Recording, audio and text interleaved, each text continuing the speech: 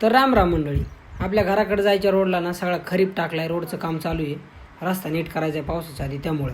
आणि आज शेड बनवणारे मेंबर आले होते, तर त्यांची गाडी काय घराकडे जात नव्हती, मग इथंच लावायचं ठरवलं आहे.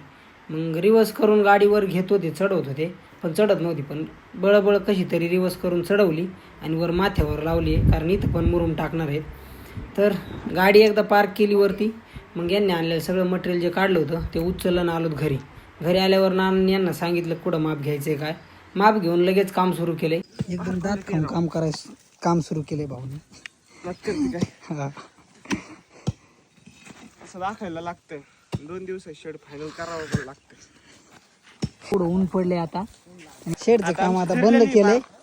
आता आम्ही स्विमिंग पूलला जाणार. आता यांना घेऊन जाणार आपण पोवायला. एवढं ऊन पडले, मग जरा थंड करून आणतो यांना आता नेऊन. चला मित्रांनो, आमच्या लिए अभी तैरने के लिए. आणि आयशे रोड से जाएंगे अभी हम. हमारे इधर डांबर नहीं है. हमारे इधर रस्ते में खड्डे है क्या? खड्डे में रस्ते हमको ये नहीं पता चला. खड्डे. तर चला मित्रांनो, आता उद्याचा पार्ट तुम्हाला उद्या बघायला भेटेल.